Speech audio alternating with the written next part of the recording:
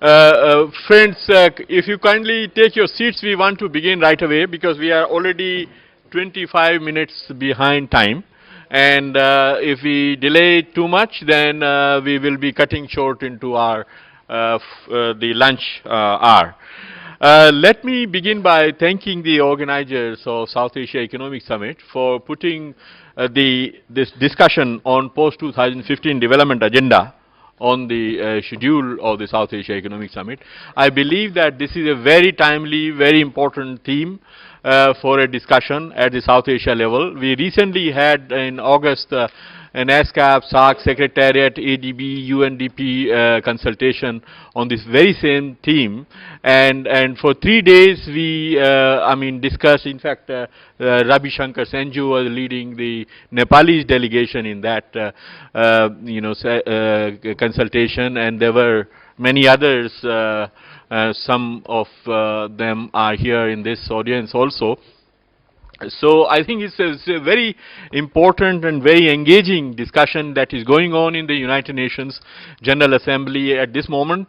And I'm very happy that also Mr. Tanmay Lal is here, who coordinates India's position on these issues from the Government of India. The discussion and the United Nations what is happening now is about the successor framework to Millennium Development Goals, which will reach their limit next year at the end of 2015, as you know.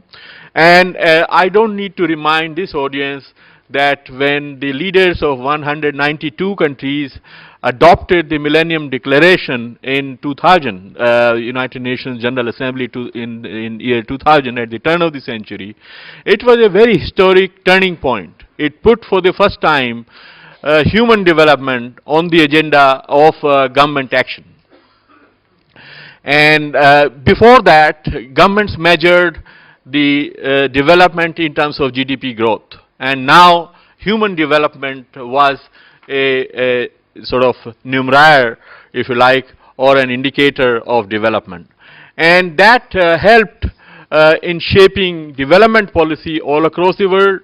The peer pressure was built on governments, and you know that because of all that process, millions of people around the world, especially around developing countries, are having better life, better well-being, and it has delivered quite a lot, but it remains to be an unfinished agenda. This is what comes out of many reports on MDGs, including the Asia Pacific MDG report produced jointly by ESCAP, ADB, and UNDP, and the latest one was also discussed in Nagarkot, the discussion that we have had in August. So it remains an unfinished agenda. Of course, we still have a little more than a year to achieve some more, and so while we have that time, we should do everything to achieve more of the goals and whatever gaps we can cover. But the discussion of the new development agenda, which will engage the governments and people over the next 15 years, is very, very important. And in that discussion, South Asia's voice needs to be heard, because as you know, with 25% of world's population, but over 40% of world's poverty, there is no way world can achieve any development goals if South Asia fails to achieve that. So world has a stake in this discussion, that what South Asia is thinking about it, and should factor that in. So that is, I think, the criticality of a discussion on post-2015 development agenda in South Asia. And South Asia's voice should be fully factored in.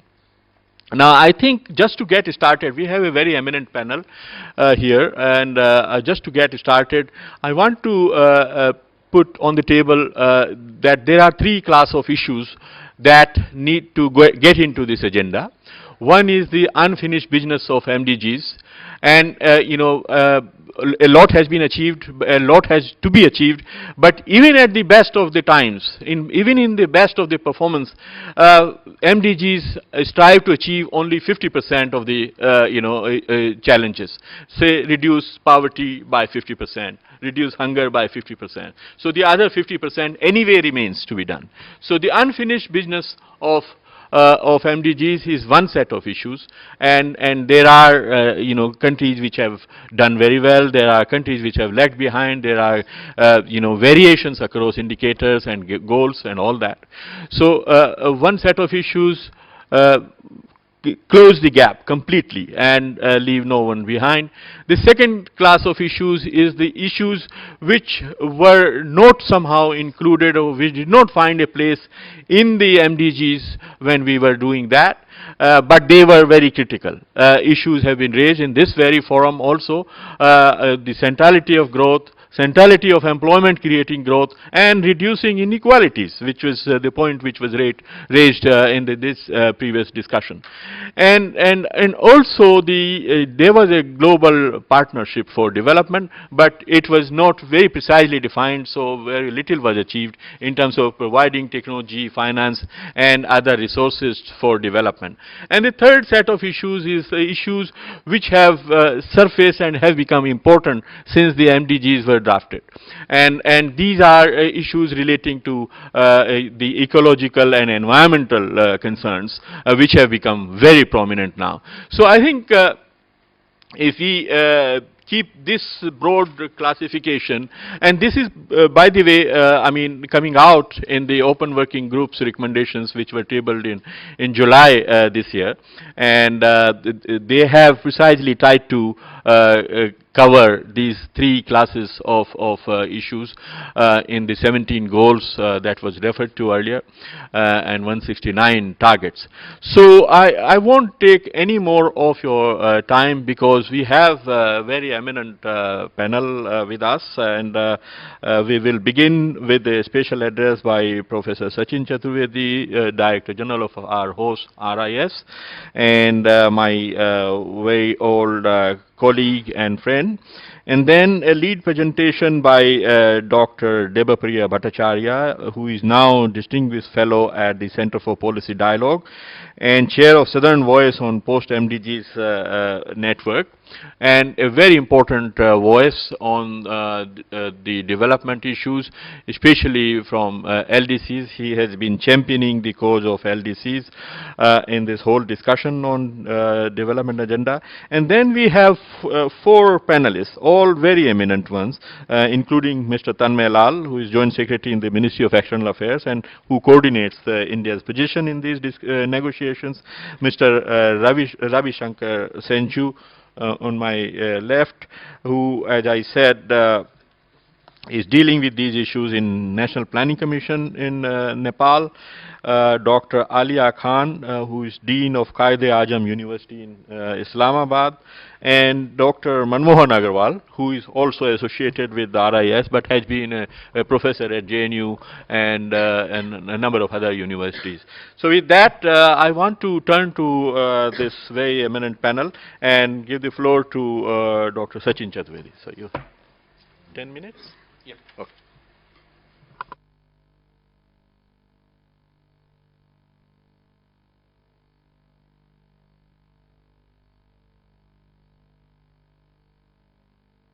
I would finish it in 10 minutes. As you rightly said, there are three set of issues which have come up. Number one, as you said, are the issues where things haven't moved further. And I think further to that, and we should not forget the whole issue of ownership that was associated with MDGs. The point that things haven't been accomplished, I think, also bears to this fact that some of these goals were completely alien to the kind of regime that we had at the time these goals were adopted, and the kind of government commitment that could be attached with them. Now, with the post-2015 agenda, that's the kind of distinction I am seeing now, way more and more engagement and the UNDP effort in terms of broadening the deliberations that are to take place with the adoption of these goals, I think localizing the kind of context that is gaining some sort of importance in this. How far we go in terms of what actually is adopted is extremely important.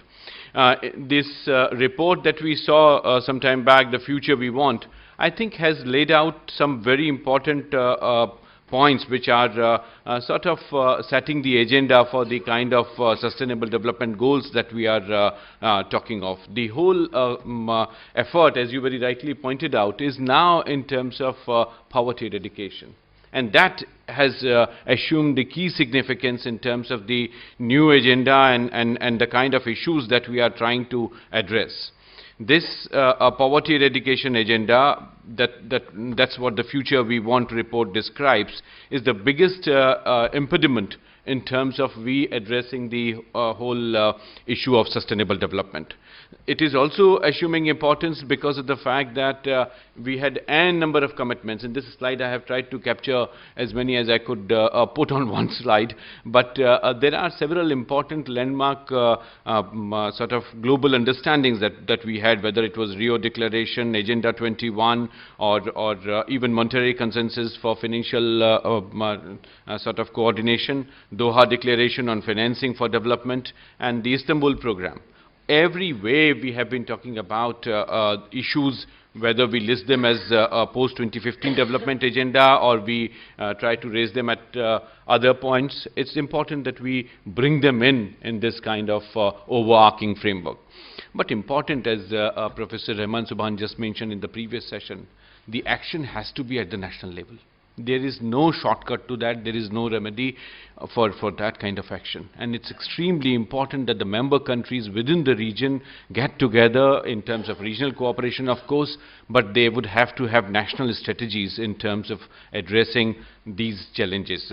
In the previous session, mention was made that there are 17 SDGs that are there. I haven't thought of listing them here, but several UN reports are giving full details and the kind of indicators that are being associated with these 17.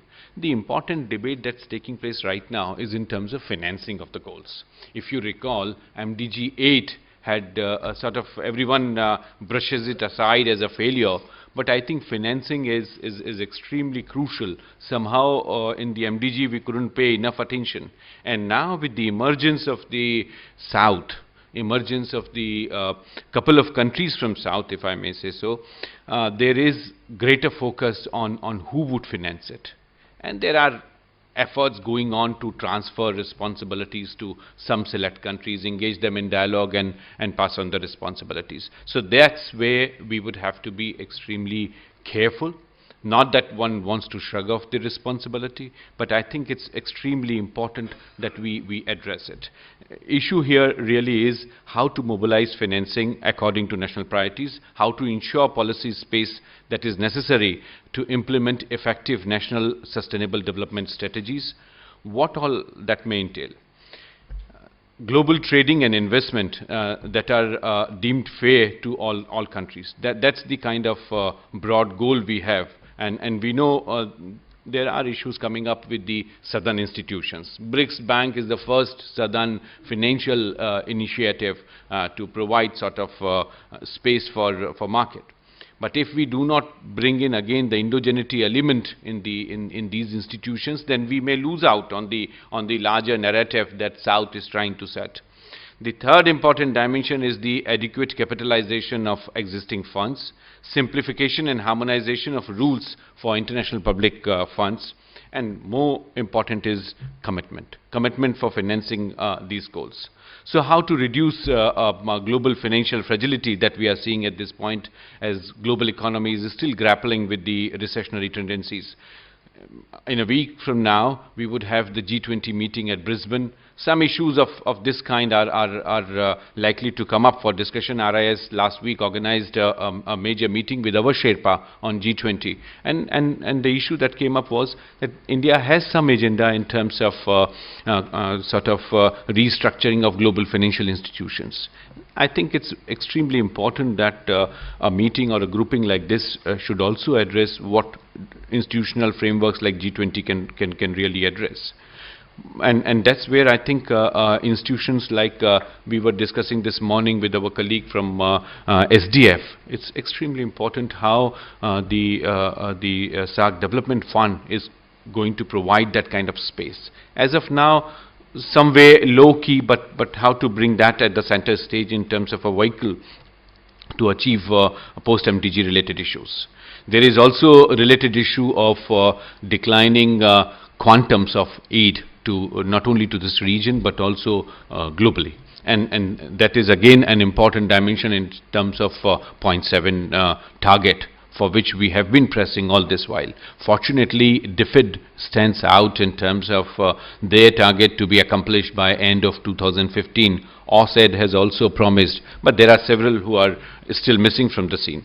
UN's ESCAP study on aid for trade has come up with a couple of observations. I was just thinking that we need to be a little more forceful in terms of how some of the donor agencies are really changing the brackets and not enhancing the quantums that are of a key significance for enhancing the infrastructure building for trade.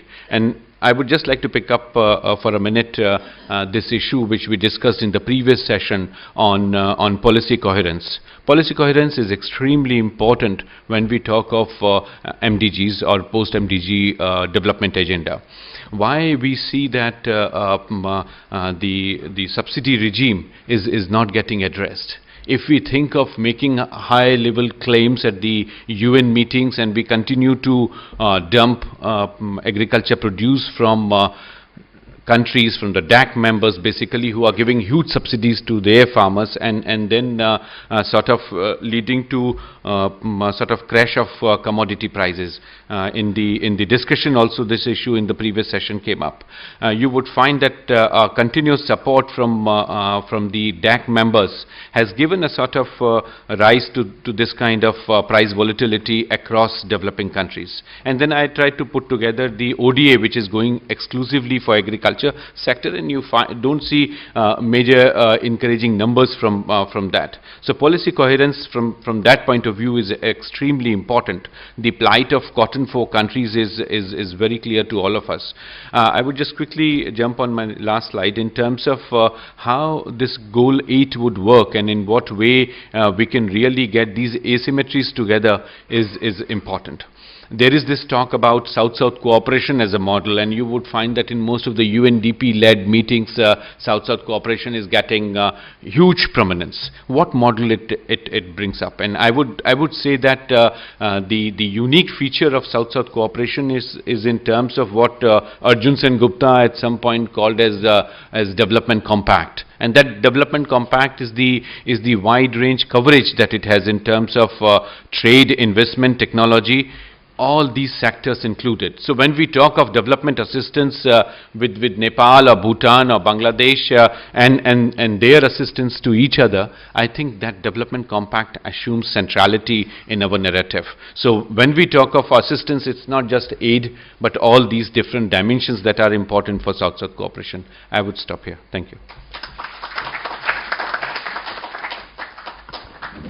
Thank you, Sachin, for raising some of these very important issues.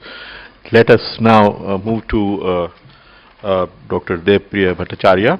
Again, he's going to deliver a lead presentation which will set the stage for further discussion on this. Thank you.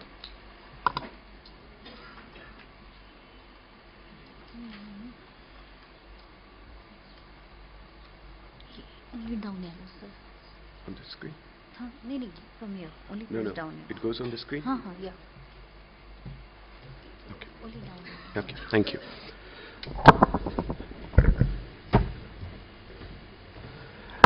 Good afternoon, everybody. 10 minutes or how many? 10 minutes to 2015? I'll try my best. Colleagues, ladies and gentlemen, let me first start by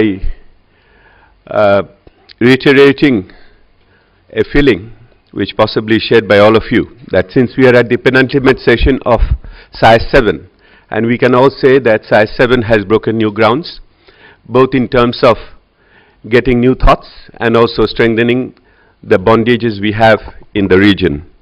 So I would like to congratulate RIS, its leadership, Probir particularly, notwithstanding his personal loss in the family. He had been an extraordinary example of professionalism, and really appreciate his efforts. I also think this had been an extraordinary meeting in many sense, because RIS has just got a new Director General. I cannot think of a more befitting inauguration for Sachin Chaturvedi like the SIS 7. So I also take this opportunity to congratulate Sachin, and his new leadership will obviously give us new pathways to proceed from sometimes the morass we are in sometimes. Thank you very much.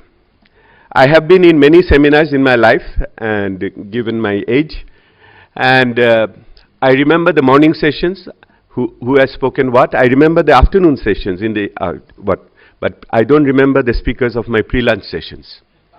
So I don't expect that you're going to remember anything what I'm going to say now, but I will just want to insist that you remember three things what I want to say here today. The first thing is all about the post-2015, the global agenda. The second is South Asia, and the third is the upcoming Kathmandu Ministerial, and how do you link up these two, the global agenda and South Asia and Kathmandu. So this is the simple three thoughts. The paper which I have is a paper in making, has been commissioned by RIS for this particular event, but I think that this paper can go as an input to the upcoming South Asian SAARC summit coming up in Kathmandu. The paper has basically three parts. The first part, it tries to establish the benchmarks. The benchmarks in terms of two aspects. One is the global scenario in terms of the evolving concepts of the agenda, some of which has been referred to already. The second is the South Asian context in terms of the delivery of the MDGs, which will talk about that so-called unfinished agenda. So we set the benchmarks. The second part of the paper essentially goes for identification of a South Asian agenda, what it actually means for South Asia to go for post-2015. And the third part talks about its implementation aspects and the political dimensions which we have in. So this is basically the three things. Now we can all leave if you don't want to. The paper is already there. So let me go through very fast. As you all know, you have heard about the processes. Basically, two processes are coming together, one coming from the MDG, particularly 2000 Head of State Summit, and the other is Rio Plus 20. They are supposed to come together, and that process has been going on. The Open Working Group had been the linkages between the two. The Open Working Group on more than 12 sessions had got together. I have had the privilege of addressing them on number of occasions, and also the high-level political forum which has been created to give leadership to that. I have also addressed that one. And now we are waiting for the UN Secretary General synthesis report. It might be a big deal. It may not be a big deal, because many things are promised, but then it just comes out without much shock therapy. So we are all waiting for the synthesis report at this moment. The upcoming events are that we have the summit meeting coming up in September, and then it will be preceded by the financing meeting in Addis Ababa in July next 2015, and then there is this climate meeting coming up in Paris in the end of 2015. People are talking about whether the sequencing is right, because without a climate deal, can we really get an SDG deal or not? And that's why the financing meeting is being held before, because in MDGs cases, we didn't have a resource framework. It was at that time, and that was one of the major fault lines of the SDGs. Looking at the South Asian delivery, the color will speak for itself. I will not go through it. You will see the greens are on track. There are two types of green, but then the yellow are the neutral colors. Early achievers are the dark green. You will see the school part, and if you see the poverty part is good. Slow, the most of the many. The land issue is covered by forest is early achiever on average, it is good, but if you look at the laggard countries, the number of countries laggards are much more than that. So averages can be deceptive. And the drinking water access and the emission issues, we are quite fine. So you don't see much red here. It is basically green and yellow. So that's not bad. So did MDGs make any difference for South Asia? There are a lot of methodologies of trying to say that, because many would argue that South Asia or any other part of the world would have done these things anyway, with or without MDG. How do you really attribute this to MDG? This is a very critical analytical question. And there is methodologies to find that out, and the methodology is simple, that many countries may have started doing all these things quite early in their life, from 1990, Bangladesh in particular, but whether they have accelerated the process after the MDGs or not. If they have accelerated the process, then we can say at the margin that increment is attributable to the enhanced political attention given, and possibly followed by bigger allocation. Have a look at this. So the reds are deceleration, the greens are going up, and you can see the yellow in between. So Sri Lanka, supposed to be such a star performer, really did not accelerate. Please understand one point. No acceleration does not mean deceleration in their performance. So let us be clear about that. So before someone looks at me, I wanted to clarify that. So that is one of the way of looking at it. You will have the full paper and you can see that how it goes in that way. Let me go on that. Building the agenda. You see, if you analyze all this the evolving concept, you will see at least there are 3-4 distinctive features. I pick up 2 distinctive features over here. The agenda is universal this time. It's not development oriented, it's for everybody. Well, what it means for everybody is another question. The number 2, it is transformative. What is transformative? We all have our pet indicators to define transformation. Third is inclusive. Inclusivity has been described at various levels. We know that. Equality issue has come up. The fourth issue is integrated, because this is holistic. This is the economic, social, and environmental. And I usually put a roof on top of that, which is governance, to build this, glue them all together. Now, if it is a transformative agenda for South Asia, what would it actually mean? For us, it will mean essentially improving the value addition, productive capacity, more sustainable income, more sustainable employment. That would be our definition, at least my definition from that. What is the challenge? Look at this table. The manufacturing sector as a share of GDP is not going up. So it is a service sector led in many ways, whether the agriculture is giving way more to services and not necessarily very high value services in many cases. It's a heterogeneous sector in many ways. So the deceleration of manufacturing is one of the major problems. Lack of decent and productive work is another major problem. You will see South Asia is having one of the largest vulnerable employment categories in the world. So we are talking about lack of sustainable income and also lack of decent work in South Asia, in relative terms. And if you look at the South Asian contribution with quarter of the 25% of the global population, we end up with scientific journal articles less than 4%. So you see the disproportionate positioning in the global science, technology, and other issues. And if you look at that 4%, possibly a large part of it will be in India, not necessarily equally distributed across the region. And you look at the exports and other figures going up, but very marginal, 2%, 3%, and compare it with 25% of the population. What about inclusive? What would really mean inclusive in the South Asian dimension? If you look at the transformative part, science, technology, productive investment, and decent work over there. Here we are talking about 22% of the global poor being over here. And if you take the from $1.25 to $2, then you will see 580 million people, almost more than 500 million poor people in this region. So there is nothing to be so excited about the performance we already have. And if you look at the global distribution, you will see that in among the top 5 countries with the largest number of poor, 2 of them are in South Asia, India and Bangladesh. So it is really not a very comforting picture when it comes to the the poverty situation as you see. And estimates of proportion of poor living in South Asia, it is still almost a quarter. And if you look at the rest of the world, other than Southeast and the Central Africa, where it is 41%, nowhere in the world has such a concentration of poor people at this moment, notwithstanding the slowdown.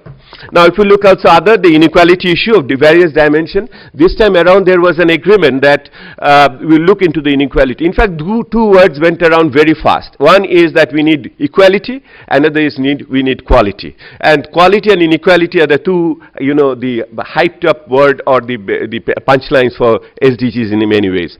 But you see the inequality is growing.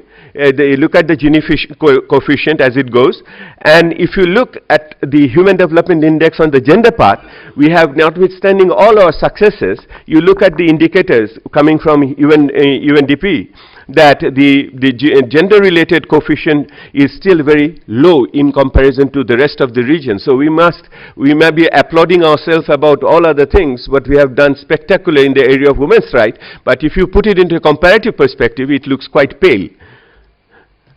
This is also about the vulnerability of the women's employment, the number of the vulnerable, it's a double jeopardy. It is not only bad, non-decent work, but it is the non-decent work disproportionately concentrating for women employment, as you can see. I come to the third part of it is building an agenda is, of course, the one is the productive capacity and employment. The other is, of course, the inclusive part, making it a much more equal and less discriminatory society. And for that, we are talking about accountability and voice. So there are some data on accountability and voice. And if you look at them, that in many cases, the voice and accountability is not increasing, notwithstanding all the practicing democracies what we are. So there's something, I don't have time to go through it, but as you can see that the strongest would have been 2.5, and you can see only we see in India it is in a positive number, and the rest are negative. Not to say they have crossed the point. And many cases it is increasing in terms of the lack of voice. Political stability and absence of violence and terrorism, and here also the ranking is such, doesn't excite you very much, because out of 162 countries, 161th is of course Afghanistan as it stands, as you can see. And the most stable one, as you can see, is 16 is Bhutan, followed by Nepal, notwithstanding the fact they don't have their constitution as yet for quite some time. So as you can see that. Let me come to now that having established the benchmark and the challenges which we have, I'm concluding this is the core of it. What I do here is that compare the post-2015 agenda with the SARC development agenda, which was adopted in 2007 and then was given life up to 2012, and as you know, it has been given life up to 2015. So how does the SARC agenda compares with the new one, which is coming up now in 2014, after almost 5-7 years after? So how does it compares like that? The full overlap is 18%, partial overlap 35%, equivalent almost 30%. New things which are not there is 18%. If I put them side by side and see, here on the health part, the SARC development agenda doesn't have much, you see. There is nothing in the health issues. Why SARC development agenda did not consider health issues? I'm a bit surprised on that. Look at promote sustainable, inclusive, sustainable economic growth. SARC agenda does not talk about that inclusive growth at all. I'm just giving an example. Consumption and production patterns, I think, well, it is more for the northern countries, but still it was somehow not mentioned over. The others are coming together. The last one in the means of implementation, that's a new thing which are coming. So if you look at the new SDGs, the so-called 17 goals and 169 targets, at least 1, 2, 3, 4, 5, 6, on 6 occasions they have referred to regional cooperation. On 6 occasions. And these are the cases where they have referred to the regional cooperation. One, proper growth, gender-sensitive growth, genetic diversity of seeds, quality of infrastructure, urban, peri-urban urbanization issue, regional cooperation for science technology, and full implementation of international law for sustainable use of oceans. These are the 6 cases where regional cooperation has been mentioned as we go. I have tried to find out some means of implementation which already exist, but not necessarily in full force being implemented to take the SARC agenda forward. and I have to gone through all this plethora of targets and try to zero in into the minimum type of agenda what one can think of. You see, the high-level panel report gave a very powerful sentence which said, leave no one behind. And when they say leave no one behind, they mean not only countries, but specific communities within the countries. And the point what they were making is that, and which is much more powerful, if I often forget, that no goals will be considered to be implemented if at least a part of the society remains outside that. So it means the whole society has to be a full beneficiary of that. So from that particular point of view, I have picked up 4 issues as a SAARC agenda, leaving no one behind in South Asia.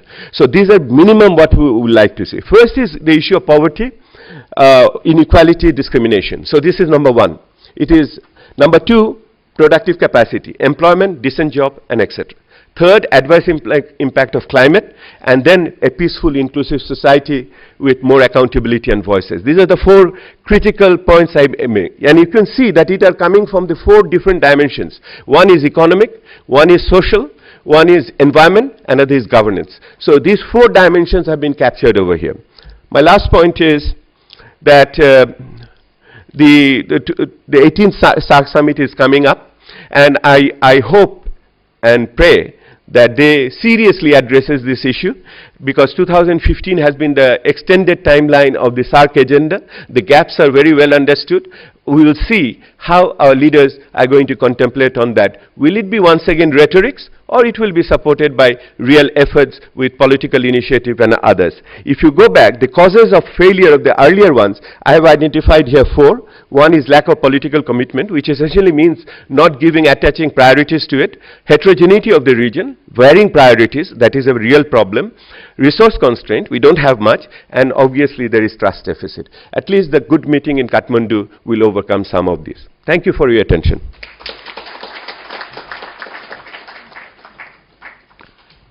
Thank you, Deb, for delivering such a scintillating, very comprehensive perspective from South Asia on this discussion on post-2015 development agenda. Only you could do it, and I expected nothing less from you, Deb. Knowing. Now, let me turn to the... Sorry? No one would have expected anything less. Of course. So, so let me turn to our panelists, and let me remind, and Pradeep told this to me before we started, that panelists are panelists and not presenters. And so we will let us keep that in mind. In any case, we are short of time, running out of time. So if I could request the panelists to limit their remarks to just 5 minutes, so that we can have few minutes of discussion from the floor, if at all possible. So, and let me invite, Mr. Tanmelal, Joint Secretary, Ministry of External Affairs, to make his remarks. Thank you. Thank you, Chair. I find that I'm the only one representing the A government here at this panel. So maybe I'll try and speak briefly about the ongoing negotiations since the development agenda, the SDGs, all these, the climate change issues are still under negotiations between the governments. For this, perhaps it may be useful for me to recapitulate some of the history of these deliberations to see where various groups of countries may be coming from. As we know that next year United Nations will be celebrating its 70th anniversary. When the United Nations was created in 70 years ago, the focus was, at the end of the war, a rapid economic growth, basically in the West Europe, which had suffered a lot of damage.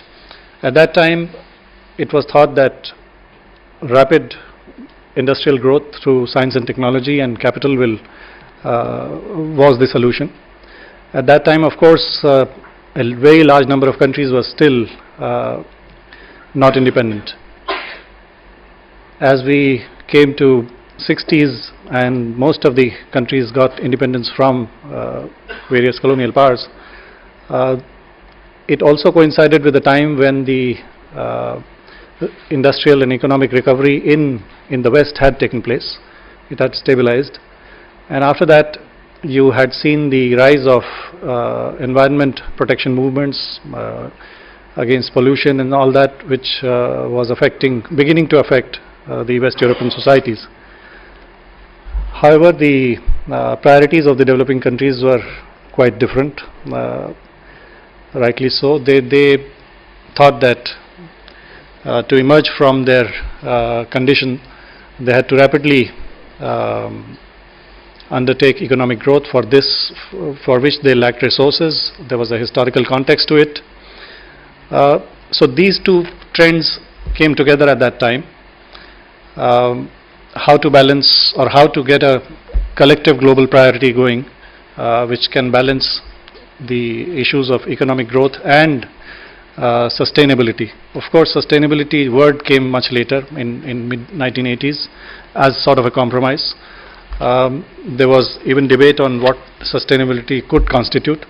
There were issues of whether it would be intra-generational equity or intergenerational, and how can we define needs of a particular generation which has not yet arrived, for which technology and energy resources are not known. So it was a very sophisticated debate even at that time, and it gradually got linked to the debate on climate change issues, which really started around the same time. 1987 was the Montreal Protocol on ozone depleting substances, and 1992 you had the UNFCCC. So this is, I wanted to bring out this linkage and brief history so that it helps us put in perspective that this is nothing new, this debate. And when we really speak about development issues at an international level, then what are we saying? We obviously are saying that we have to define certain priorities, global priorities, because the issues are interlinked. Energy, water, food, industry, agriculture, all these cross-cutting issues, one can understand the linkages between them, and also that countries may have to really collaborate if we want to find sustainable solutions to these problems. So at one level, as other speakers have said, these are national issues. Action has to be taken nationally. But also, how does the international climate help or hinder the achievement of these priorities? That is where the international negotiations come in. Now, presently, as we know that a set of sustainable development goals, which are considered to be in some ways successor to MDGs, are being negotiated. An open working group has proposed some set of goals. It is not yet final. However, this is not a isolated topic. It is very closely linked to what happens in climate change. It also has to see how the global community will collaborate on providing funding or removing challenges, removing barriers to trade, how they will collaborate to provide appropriate financing to vulnerable countries, those who lack the resources to do so. So these are some of the issues that come into negotiations when we are looking at it at the global level. We are discussing South Asia here, and as you have mentioned, by sheer numbers of our people, we stand out in this global debate, not only because of numbers, but in terms of the extent of poverty, which is still remaining. In the past few years, there has been a lot of progress achieved by various countries in our region in lifting people out of poverty line, but still the numbers are huge, which recent UN estimates point out. Out of 1.2 billion absolute poverty, absolute poor people, 300 to 400 million could be thought to be living here. These people need to be provided access to water, to food, to energy, to mobility, to transport, connectivity, education, employment, healthcare, all these things. And the governments really have their task cut out on these issues. So whatever happens here will determine whether the world as a whole makes progress on these issues. Now this debate, while it defines the priorities and it provides an opportunity to assess progress, what has happened, we have to really see whether it's a constructive and collaborative concept emerging. What is the intention of the global community? Or it is to be seen or to be used in certain contexts through a process of naming and shaming to put pressure on countries for various reasons, which sometimes can help, but sometimes can have other motives. Or are we really looking at achieving some sort of a genuine facilitative international environment? So these are all issues up for debate. It remains to be seen how collectively wise the international community will be in trying to come to terms with the challenges that the global community faces presently, be it in terms of still unrepresentative nature of various institutions, be it in financial architecture. You mentioned BRICS Bank, which has to be seen in that context of how the Bretton Woods institutions are governed, the UN Security Council, how the historical commitments made by various groups of countries on ODA seem to have materialized or not materialized so far, how this agenda could be let's say deflected to other issues of private investment, for which there are national frameworks already existing, or how to treat South-South cooperation, whether it should be brought into this debate, how should it be governed, whether there should be uniform standards, why should there be uniform standards, what could be the reasoning for that, because the motives of South-South cooperation are completely different. It has to be seen in a historical solidarity context. So there are quite a number of issues, and there are no simple answers to these, and we have as negotiators our task cut out over the next 1 year on various streams of negotiations, and hopefully we will have a satisfactory, if at least to some sections, solution that helps in taking the world on a more sustainable and equitable path. Thank you. Thank you, Mr. Lal, for giving us a very interesting perspective, especially highlighting the spirit of global partnership that is needed to really get this agenda moving and working. Let me turn to another of representative from one of the South Asian governments, that's Mr. Ravi Shankar Senju, is from National Planning Commission of Nepal. So, Senju, you.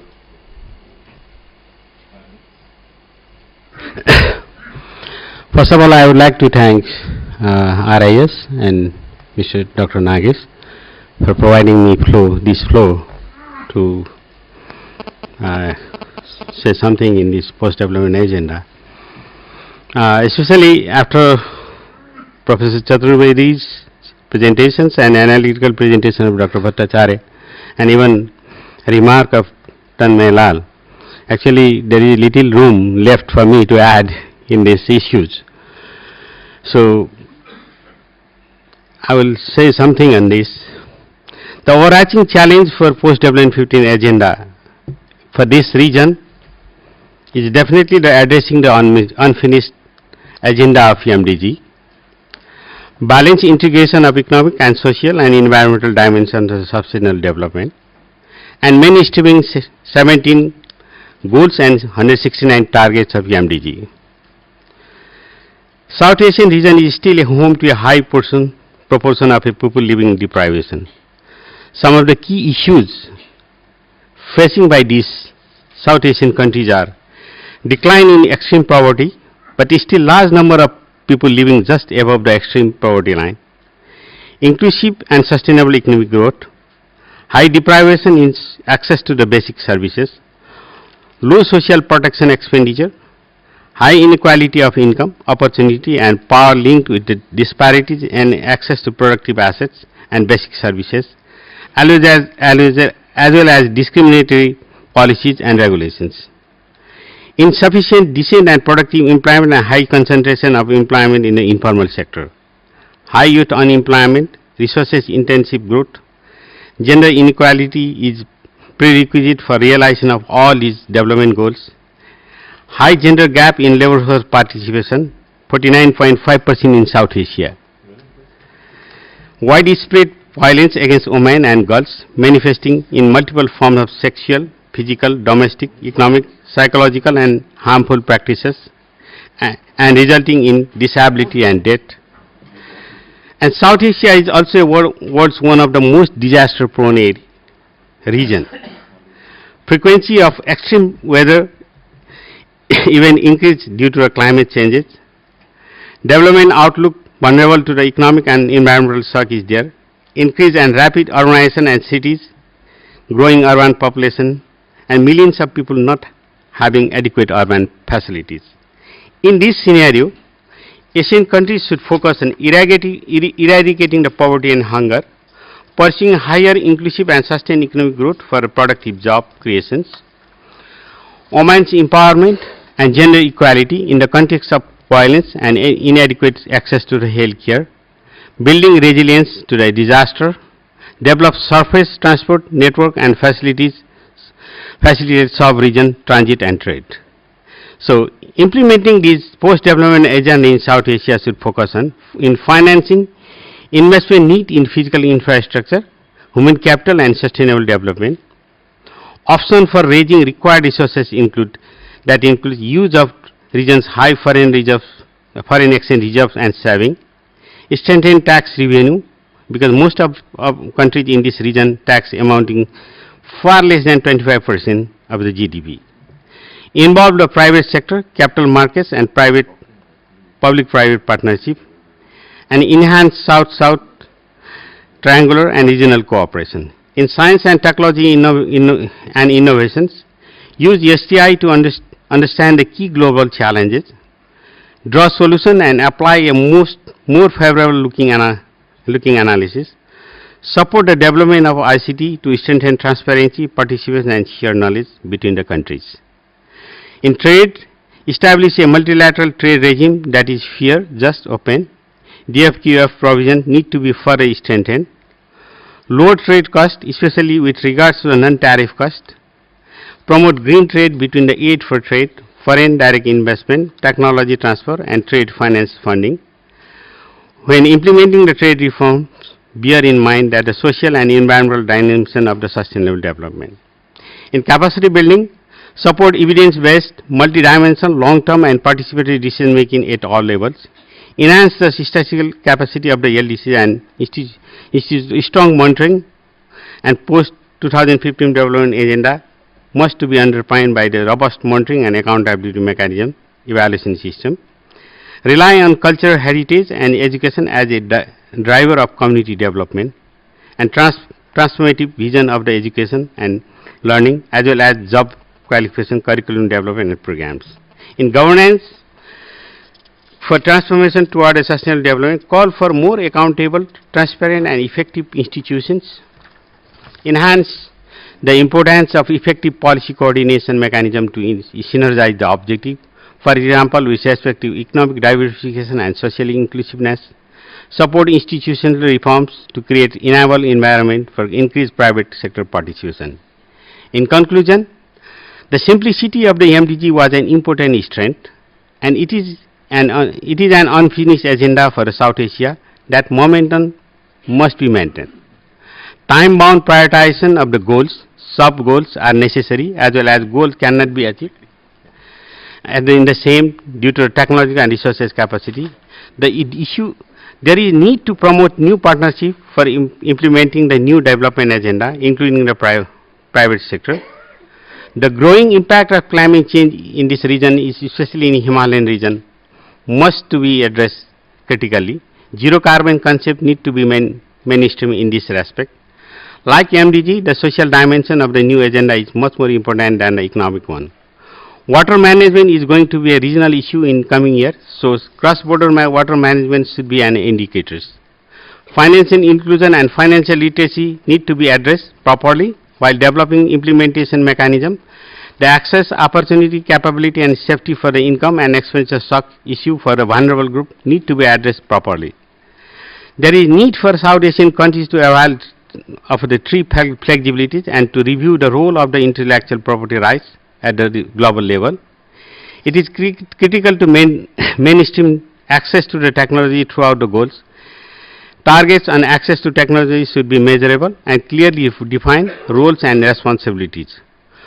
Post-2015 development agenda must be underpinned by the robust monitoring and accountability mechanism all level, global, national and local level. Action plan and framework for localization of 2015 development agenda must be developed and implemented as it is necessary to mainstream these goals as a way of life of common people who actually benefit from it. Overall, we South Asians must work hard to make South Asia first in achieving this agenda. Thank you. Thank you, Rabiji, for re-emphasizing the importance of the productive job creation, and I think that's coming out as a overriding, very important issue for South Asia and the importance of global partnership for that. Now, let me turn to Dr. Alia Khan, Dean Quaid-e-Azam University, to give her perspective. I wish to. It's not working. Okay, I wish to thank the Sustainable Development Policy Institute in Pakistan and RIS in New Delhi for giving me a chance to be included in this very thought-provoking process for South Asia. I want to make it clear, I am certainly not a member of the group of the eminent persons sitting on this panel. Whatever I say, I will say as part of reflections of an academic. It's a personal journey, and I am going to focus more on the social sector because that is where I believe my strength as an academic lies in terms of both teaching, research and whatever experience I have in working with the government and with international organizations. It was January 2004, about 10 years ago, when the SAARC Social Charter was signed in Islamabad at the 12th SAARC Summit. And when I read in the agenda that I had to give some input on this panel, the first thought that came to my mind was, what happened to the SAARC Social Charter?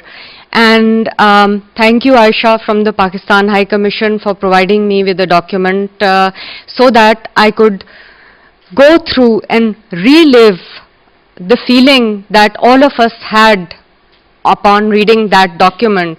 And the MDGs had been committed to before that, and after reading the SAARC Social Charter, we felt that achieving the MDGs would probably not be a difficult task.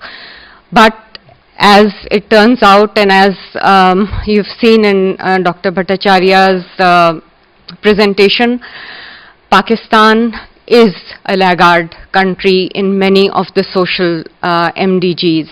So what lesson do we learn from there? We did not form the National Plan of Action to implement the SAARC Social Charter. There was no, if I can say that, there was no powerful accountability at the SAARC level to sort of take to task nation states for not making the national plans and aligning their national policies with the SAARC Social Charter. If that had happened, I firmly believe that we would not see the dismal picture on the accomplishments on the MDG front. And now we are moving after the MDGs to the SDGs. So just want to say that we need to remind ourselves that it's our national policies. Had Pakistan implemented its education policy, its health policy, its women development policy at the national level, we would not have done so badly on the MDG front. So now we have yet other dimensions in terms of SDGs. You know, we have to take care of the economy as well as the environment in terms of fulfilling the SDGs. And if you read the SARC Social Charter, it covers almost all the goals that are now reworded in the SDG agenda. So that's one point I want to make. The other point I want to make is that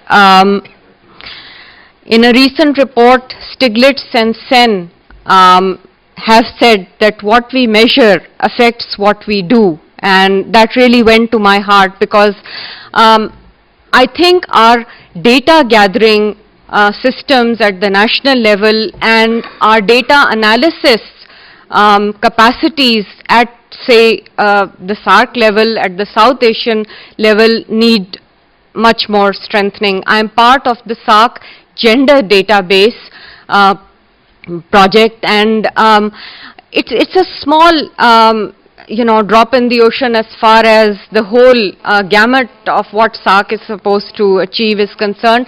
But even there we have big problems in compiling and collating and analyzing data from across the SARC countries. So we need to take the data challenge very seriously.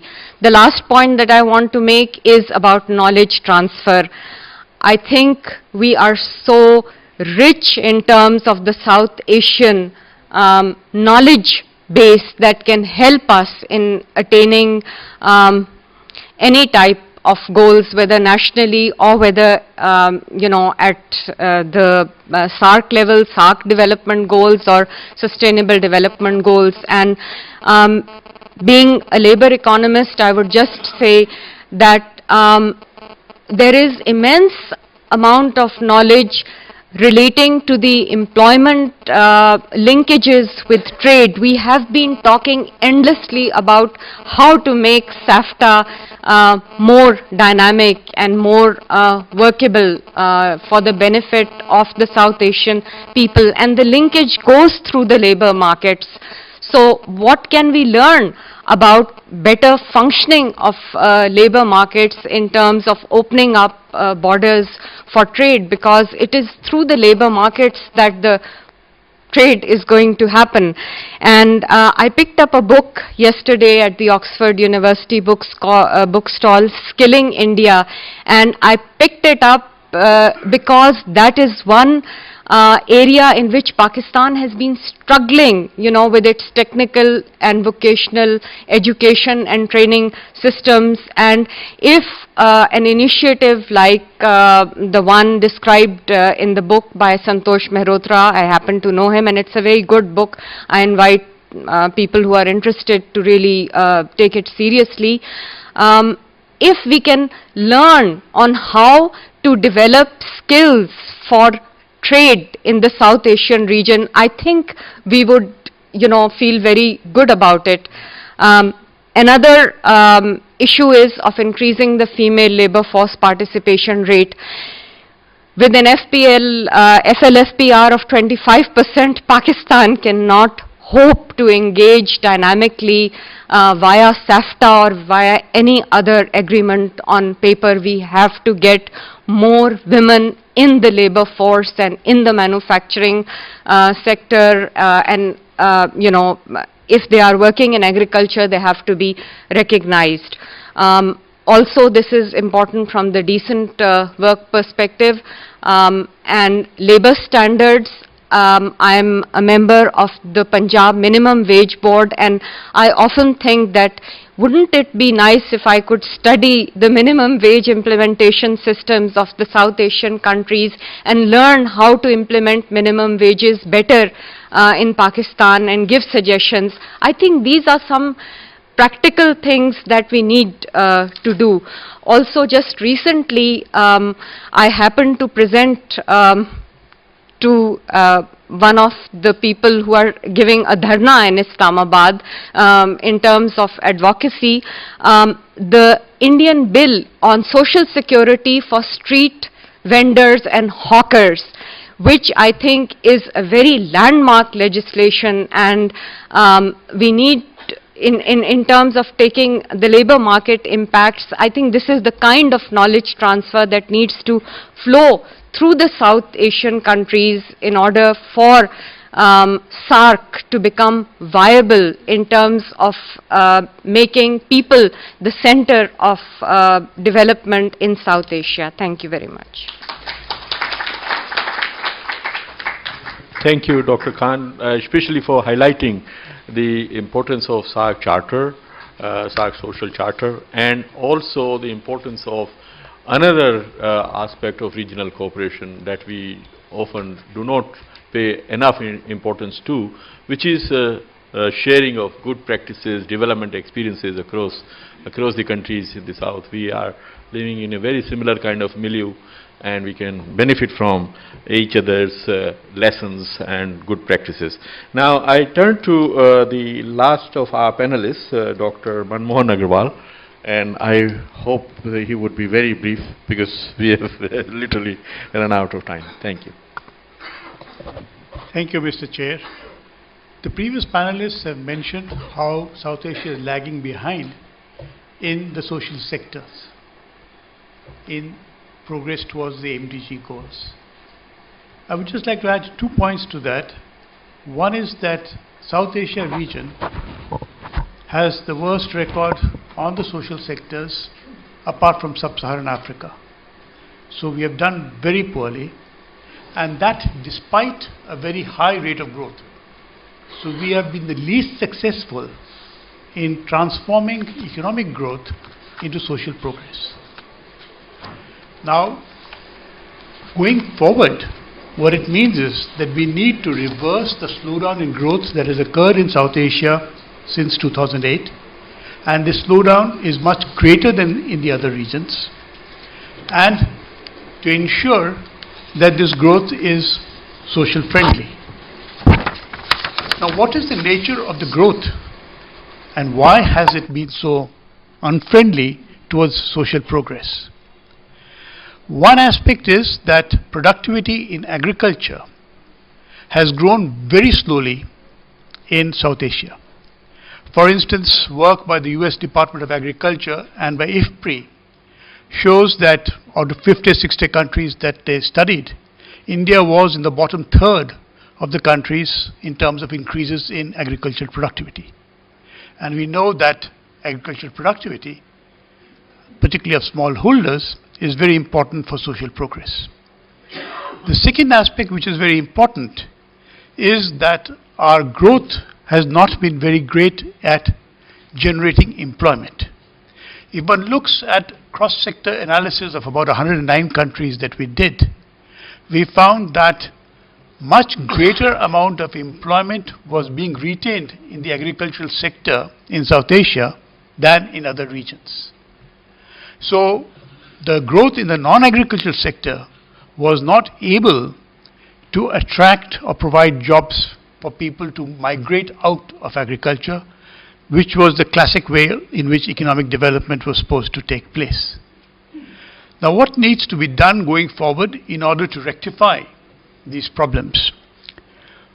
Now, we know that the countries in the developed world are going to be growing slowly for the foreseeable future. So they're not going to be able to provide markets for the exports of the region. And these exports have been very important in propelling growth in the region. For instance, if you look at India, exports of goods tripled in about 15 years towards the 1990s to the almost just before the crisis. Exports of non-factor services quadrupled, and exports of factor services, basically remittances, quintupled. So exports had a tremendous role to play in what was going on in the economic area, and we cannot expect the same to continue in the future. Faced with that situation, we have two options really. One is to have domestic demand-based growth, and the other is to have trade-based growth, but trade on a regional basis. Each of it has its own drawbacks and requirements for policy. For instance, if you want to have domestic-based growth, then obviously you need to transform purchasing power to the poor so they can generate the demand which will lead to growth in the manufacturing sector. But broadly speaking, whether you go in for regional trade-driven growth or domestic demand-driven growth, what is very essential is that we need to generate higher productivity growth in agriculture so that domestic demand or demand across the region is generated and can provide a market for the manufacturing sector. This would require tremendous emphasis on technology. We need innovations in agricultural technology, just as the region had innovations in the late 60s and 70s through the Green Revolution. So we need much greater cooperation among the agricultural research institutes in the region in order to get broad-based innovation in agriculture which can drive forward the growth process. Now the other thing that can happen is that because of the crisis, investment and savings levels in the region have declined. If we are going to have faster growth, this decline in savings and investment has to be reversed. Now obviously each individual country government can take policy measures to improve the environment of savings and investment. But this can also be done on a regional basis through greater cooperation in the financial field. All the countries in the region practically, at least the larger ones, have quite vibrant stock exchanges and bond markets. Why don't we have consistent regulatory frameworks on affecting these sectors so that you can have a larger set of savings to draw on for investment in any particular country? Thank you very much, Mr. Chair. I think between our 6 speakers in this panel, we have got a very rich set of menus and all the different aspects of South Asian challenge as they grapple with the huge problems of poverty reduction, job creation, and they are incidentally linked, and the action at the national levels and cooperation from the global community.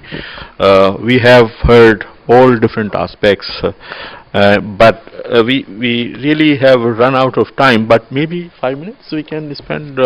So let us have a few questions, and then we will conclude and break for lunch. So I see Saman's hand, then Excellency at the end.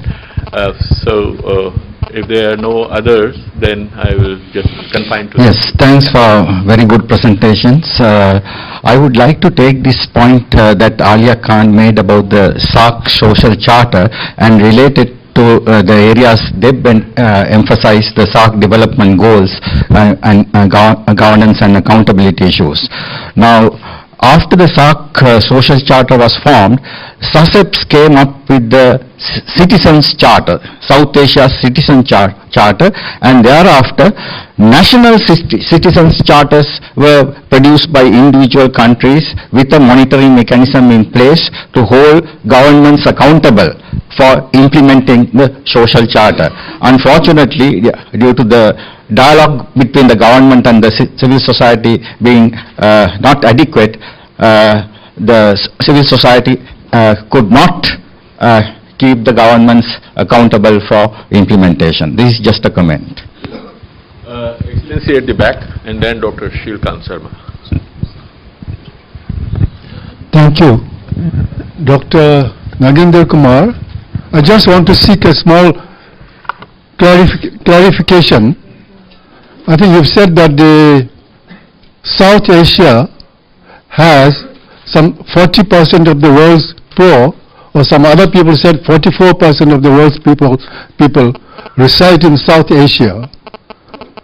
And in this regard, I am just wondering, the future, the report which Dr. Debapriya Bhattacharya mentioned, the future we want, is it an agreed document or input to the post-2015 MDG agenda? Is it an agreed position of the SAARC countries? And if it is so, is it going to be presented to this 18th SAARC summit to receive their blessing? Or are we going to put it through ESCAP, so that the ESCAP could put forward the positions of the most poor countries of the SAARC regions to the United Nations agenda? I know as far as Bhutan is concerned, they held an international experts conference meeting in Thimphu last year, and I was told that they have already prepared the report and even forwarded to the United Nations. I am not quite sure whether it has been routed through the SAARC or through ESCAP. And I gather that some time ago I heard that the Bangladesh has also prepared a separate report. Probably so did Sri Lanka and Pakistan. Are we going to amalgamate all these reports together and submit it either through the SAARC as a SAARC position or through ESCAP? Yeah, thank you. Thank you. Dr. Shilkant Sharma.